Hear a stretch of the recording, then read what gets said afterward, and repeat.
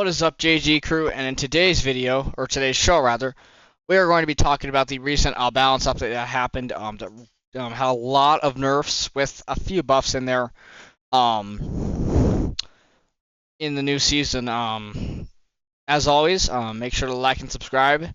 If you enjoy these videos, especially if you want to see more content, you should definitely subscribe. If you like this video, just hit a like. I'd appreciate it a ton.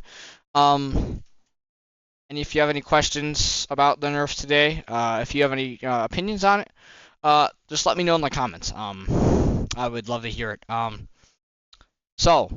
first thing that we are going to be talking about is the nerf to the Wrecker Revolver. So as you guys know, at the start of the season, this thing plays like a long-range shotgun, right? It's technically classified as a pistol, but it uses shotgun shells and it plays more like a shotgun, right? And it had crazy range, and because it was not registered as a shotgun, it could be double pumped with no delay. And that made it was very powerful, especially on keyboard and mouse. And I bet with controller too. Hint, I had to play in kind of a high dead zone because my stick drift gets worse, but we're working at it. We're gonna make a change, you guys, to get a controller that permanently has low stick drift, or little to no stick drift rather, so I can play on low dead zones all the time. Yeah, that's kind of what's been going on so far, really, with the with controller for me. And I probably have not been able to fill these pistols at their highest strength, really double pumping them, especially from range. But on keyboard and mouse, or even people who have little to no stick drift on a controller, my lord, it was very overpowered. It was very strong. And they had to nerf it. I will say on this, I do agree with the nerf. It was too powerful. It was busted.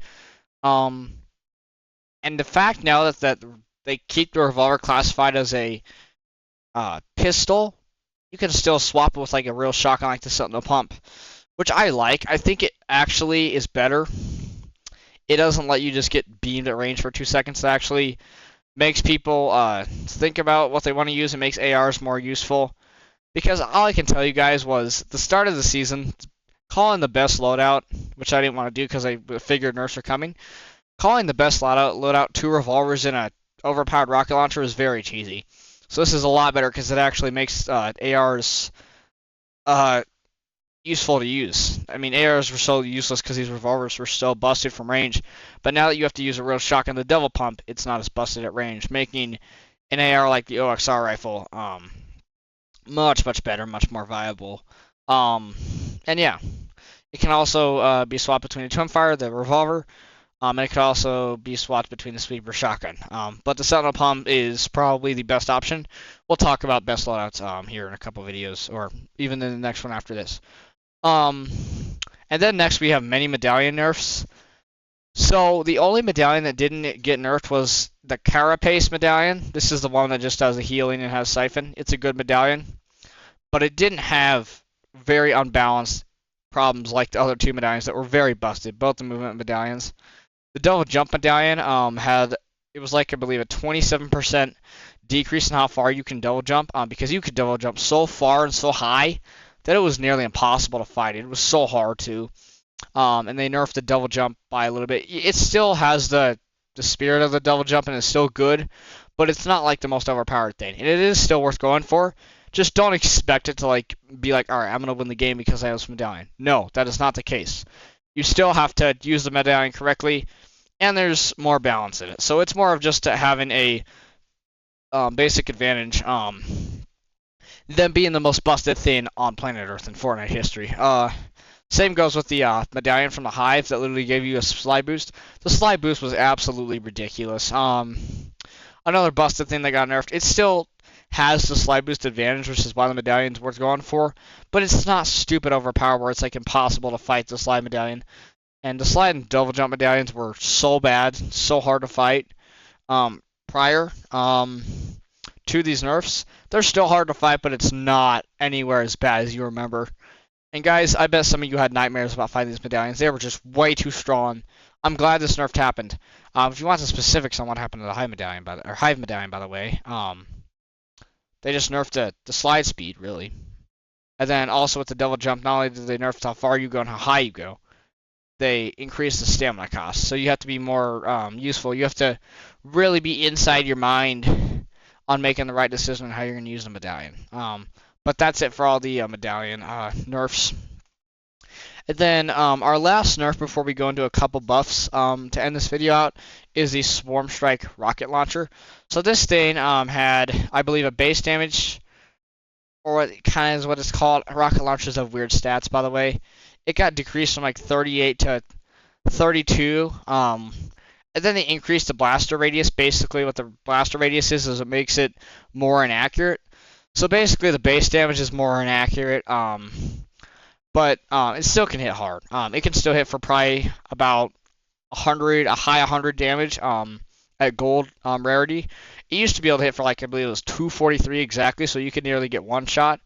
With this, it's now down to like 170, which is a good nerf. Again, I do expect a second nerf to this rocket launcher because it needs more balance. I would like him to nerf the damage to like a cap of 140. I feel like 170 for a rocket, for as cheesy as it is too much. Even 110 would be balanced. It needs a lot of nerfs, okay?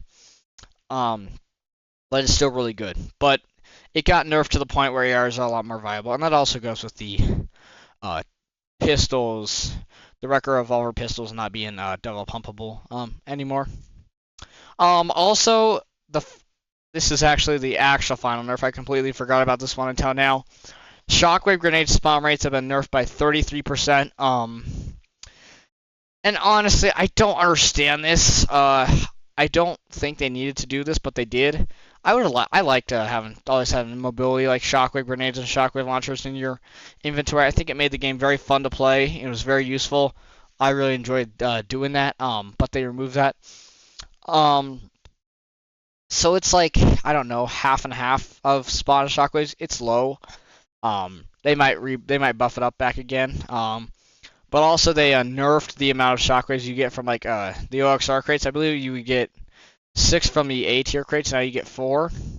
And then there's another way they nerfed them with the crates where you used to get 4 and now you get 2. So basically they're making shockwaves harder to find. I don't agree with the nerf. I don't think it really needed to happen.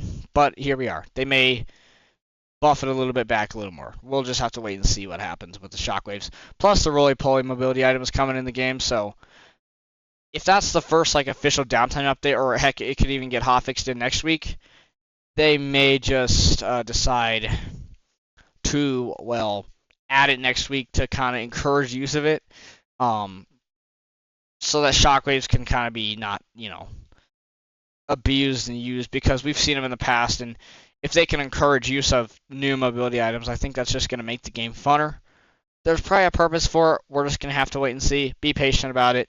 It's going to be all good. So that's going to do it for our nerfs. So now for the buffs. These are very basic. So the amount of bugs that you have to kill at the small bases of 20 is now down to 15, which I consider a buff. Basically meaning you can get the better loot faster. And then for the queen bugs, the damage has been nerfed by solos and by 750. I believe in squads, duos and squads, the nerfs are about the same percentage.